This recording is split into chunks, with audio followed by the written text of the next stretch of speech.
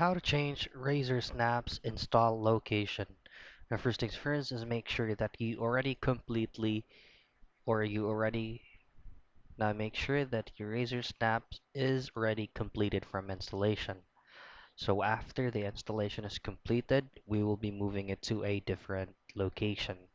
Now to move it, all you have to do is to locate your file manager from your Razer Synapse. So just simply go to your file manager and go to your this PC. So usually that files is going to be presented under your local disk C and from program files. And here locate your Razer Snaps file, or you can use the search box search here to go directly to that folder.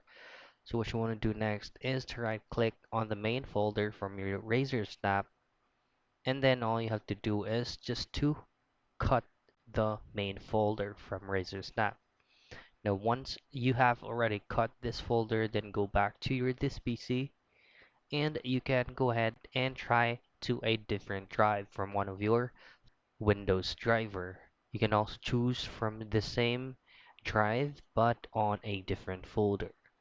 So that's how quick and easy you can move install location on Razer Snap.